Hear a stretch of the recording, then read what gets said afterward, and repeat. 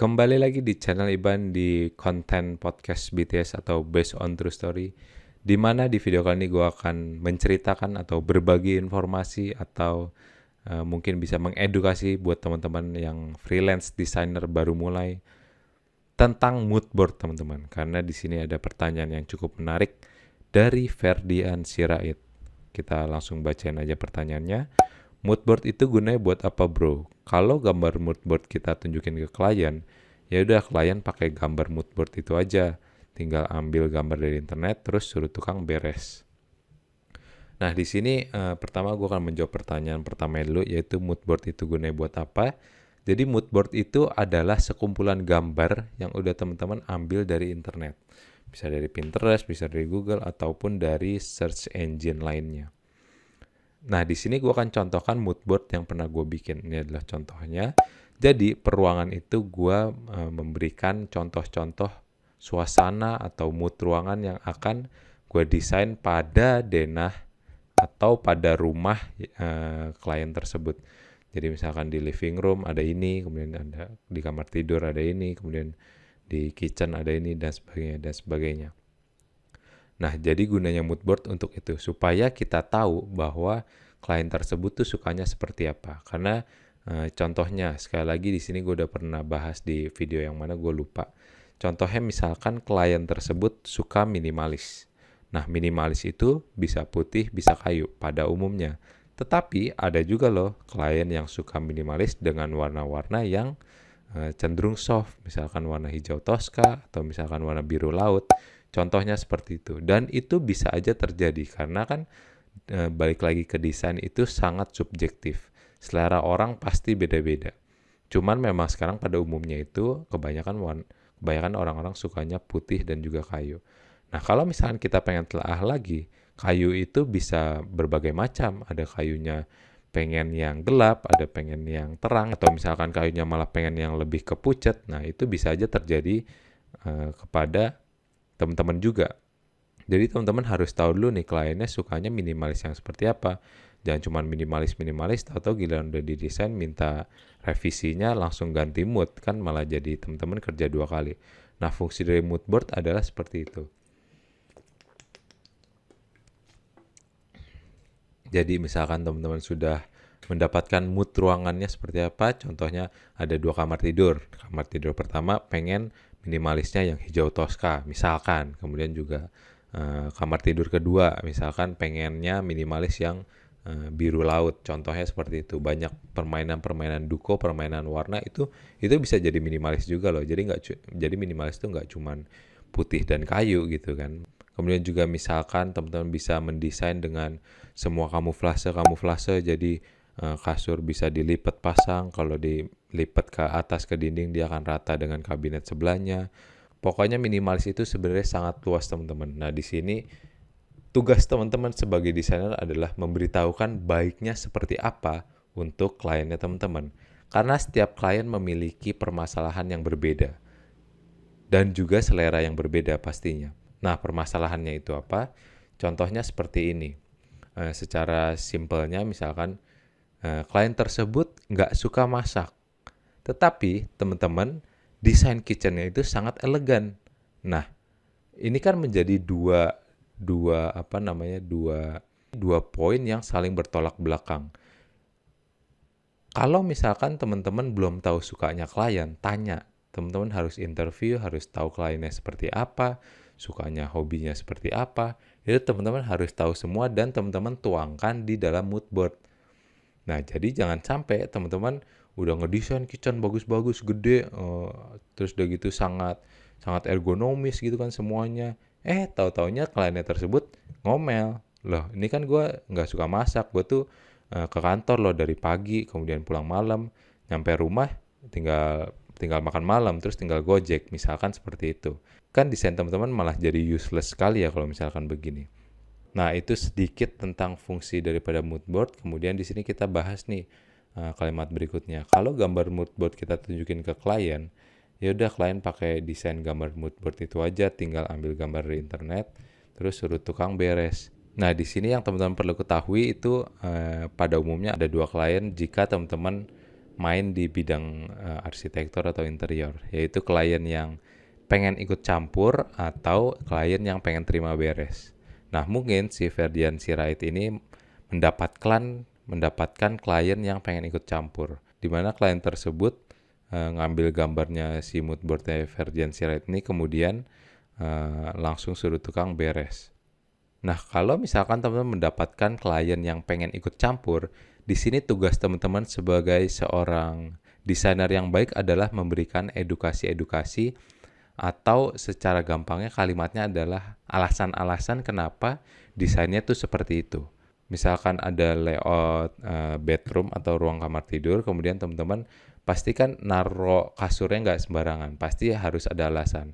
Ini ditaruh sini supaya nggak langsung berbelakangan dengan toilet, karena kan jatuhnya ntar dindingnya lembab, ketika tidur malah nggak bagus. Contohnya seperti itu. Edukasi-edukasi tersebut harus teman-teman kasih tahu kepada klien, baiknya karena di sini ada toilet, jadi penempatan kasurnya itu harus di A, B, C.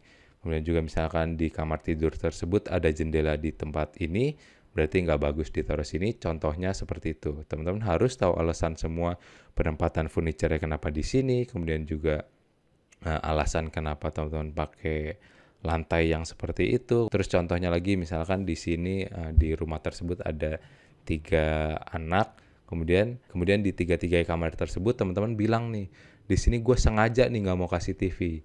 Supaya apa? Karena kalau misalkan ada TV di masing-masing kamar, tidak terjadi yang namanya kumpul-kumpul keluarga. Jadi menyebabkan hubungan antar keluarga itu menjadi tidak harmonis.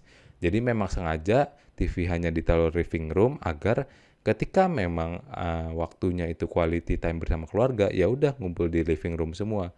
Nah, itu adalah salah satu juga contoh edukasi yang teman-teman harus beritahukan kepada klien sebagai interior designer sekali lagi. Nah, kalau misalkan kita balik lagi ke kalimat ini, tinggal ambil gambar dari internet terus suruh tukang beres. Nah, bisa aja dari 3 kamar anak-anak tersebut semua dikasih TV. Terus udah gitu giliran ntar udah ditinggalin rumahnya, udah anak-anaknya di masing-masing kamar aja terus. Nah, kalau misalkan teman-teman sebagai desainer, teman-teman harus tahu solusi-solusi tersebut. Jadi teman-teman harus tahu keluarganya itu ada berapa, atau misalkan dia tinggal sendiri, atau misalkan ada kamar-kamar yang pengen dikosin. Nah, itu teman-teman tuh harus tahu permasalahan dari klien tersebut apa, dan memberikan solusi yang pastinya masuk akal. Jangan sampai alasan-alasan teman-teman tuh nggak masuk akal untuk si keadaan daripada klien tersebut. Nah, itu fungsinya desainer. Kita sebagai desainer itu masuk untuk memberikan edukasi-edukasi tentang hal-hal tersebut. Ini loh, habit lu tuh gini. Jadi baiknya perletakan ruangannya tuh seperti ini. Terus juga balik lagi ke contoh awal tadi. Nih, lu tuh nggak suka ini kan, lu nggak suka masak, lu pagi kantor, pulang udah malam tinggal Gojek. Udah nih, mendingan yang bagian kitchennya ini gue ganti nih, atau misalkan gue potong sebagian untuk tempat lu bersantai-santai. Misalkan teman-teman di situ kasih tempat duduk yang ngegantung yang dari bambu gitu, ntar gue akan tampilin gambarnya di sini. Nah, itu kan akan menjadi sangat fungsional sekali untuk si klien kan. Jadi dia bisa bersantai lebih banyak. Atau misalkan kitchennya teman-teman potong sebagian ruangannya, terus teman-teman bikin jadi tempat dia buat main PS kah, atau misalkan teman-teman potong sebagian kitchen untuk jadikan itu tempat buat kumpul-kumpul bareng teman-temannya dia, misalkan sering ngumpul ngebir bareng di rumahnya, itu kan bisa aja kan. Nah, jadi itu fungsi kita sebagai desainer ketika bikin mood board. Kita harus tahu habitnya klien itu ngapain aja, kemudian juga keluarganya dia ada berapa. Contohnya ya, ini akan sangat banyak banget hal-hal yang harus teman-teman pertimbangkan sebelum teman-teman bikin mood board. Nah, di mood board itu teman-teman tuangkan nih di kitchen ada ini loh, kitchennya kecil loh contohnya. Ini kitchennya kecil loh. Kenapa? Ya iya, karena kan bapak nggak suka masak, tinggal sendiri, demennya ngumpul sama teman-teman bapak-bapak yang lain di rumah ini. Makanya kitchen nih gue bikin kecil. Contohnya seperti itu. Nah, kalau misalkan semua permasalahan klien, semua keadaan klien teman-teman udah tahu, baru di situ teman-teman bisa menghasilkan sebuah desain yang bagus, sebuah desain yang baik untuk orang tersebut. Nah, kalau misalkan orangnya udah beda, kliennya udah beda, sudah pasti mood boardnya juga beda. Nggak bisa nih mood board A ini teman-teman berikan juga kepada mood board B. Itu sangat sangat jarang sekali mood board itu akan sama ke antar klien. Seperti itu teman-teman. Nah, kemudian di sini terakhir kita bahas kalimat ini nih, karena di sini menurut gue cukup janggal adalah tinggal ambil gambar dari internet terus suruh tukang beres. Nah, ini tuh sangat jarang sekali gue temukan tukang yang bisa kerja hanya dari mood board, hanya dari gambar internet. Coba deh, menurut teman-teman ada gak kenalan teman-teman tukang yang istilahnya kan kerjaan kasar ya teman-teman. Ada gak tukang yang udah kasih 3D aja, terus udah gitu tiba-tiba dia udah jadi aja. Nah, ada gak? Coba tolong tulis di kolom komentar deh. Karena gue jarang sekali menemukan tukang yang seperti ini. Dia dikasih gambar dari internet langsung beres, itu sangat jarang sekali. Bahkan tukang aja kan dia harus mulai kerja dari gambar kerja kan. Teman-teman sebagai desainer harus bikin denah, harus bikin potongan, ceilingnya berapa. Nah, itu pada umumnya tukang. Jadi dia tuh bekerja tuh sesuai gambar kerja, blueprint, atau misalnya shop drawing atau construction drawing yang teman-teman udah bikin. Nah, biasanya tuh seperti itu. Nah, tapi memang nggak semua tukang seperti itu. Biasanya kalau misalkan memang tukangnya itu pinter banget, pasti dia ngecasnya tuh akan lebih tinggi ke klien. Karena kesannya dia tuh udah jadi atasnya banget tukang lah, karena dia udah ngerti ergonominya, misalkan untuk kredensa tinggi dari lantainya berapa, untuk kitchen tinggi bagusnya berapa, karena beda 5 cm itu malah jadi nggak ergonomik ya teman-teman, malah jadi nggak enak ketika masak. Terus misalkan ada stool itu tingginya berapa, beda 5 cm itu udah sangat pengaruh. Nah, di sini juga fungsinya teman-teman sebagai desainer tuh untuk itu, untuk tahu pemilihan loose furniture yang baik. Jadi jangan sampai teman-teman juga ngasal pilih loose furniture. Teman-teman harus lihat nih, kliennya tersebut tingginya berapa. Kalau misalkan kliennya teman-teman bule, tingginya 190, ya teman-teman custom furniture-nya, custom stool-nya ya rada tinggi juga dong. Itu sangat make sense. Karena dia tinggi 190. Terus juga misalkan gawangan pintu, ya teman-teman bikin gawangan pintu dia harus lebih tinggi. Nggak boleh cuma 2 meter 10. 2 meter 10, misalkan tinggi dia 1 meter 90, cuma beda 20 cm kan. Dia kayak rada nunduk gitu kan jatuhnya kan, walaupun belum kena. Cuman kan itu adalah hal-hal yang teman-teman harus pertimbangkan banget sebelum teman-teman mendesain. Nah, jadi gambar-gambar tersebut teman-teman harus taruh di mood board nih. Bagusnya alasannya ini, dan juga ini peletakannya di sini alasannya ini. Jangan sampai teman-teman nggak punya alasannya untuk berargumen dengan klien.